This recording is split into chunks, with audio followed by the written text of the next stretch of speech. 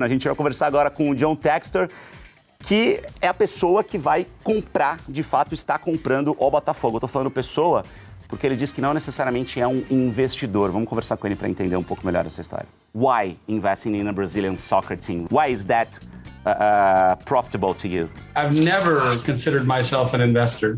It's the one word, comes up a lot. I like getting involved in businesses. I like building businesses. I talk a lot about the connection between community and club. I talk a lot about how football is one of the, I think probably the leading sport in bringing cultures and countries together. So just because I made money again, does that mean I should go back to the country club and play golf? I'm not an investor. I don't invest. I don't invest in the stock market. I don't put money out and calculate what my return is going to be. Why Brazil? Why Botafogo? Well, I grew up in South Florida.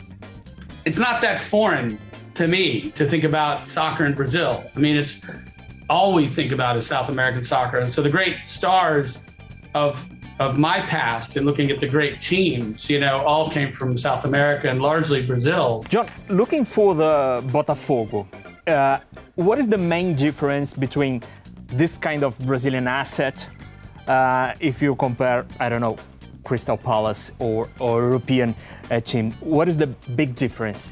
The television contract.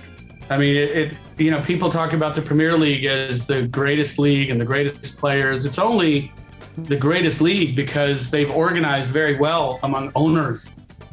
They're enemies on the field, but they're, friends and partners in the boardroom.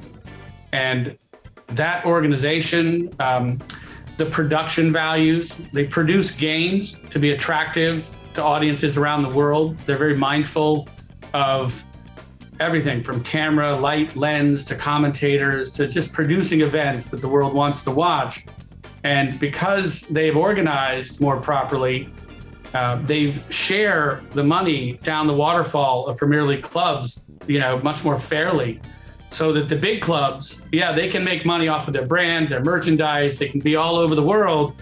But when it comes to the principal driver of revenues for most of the teams in the club, the television contracts are shared very fairly down the waterfall. Why isn't Brazil soccer as big as the Premier League? That has to do with the proper level of collaboration and coordination between the leaders of football in Brazil.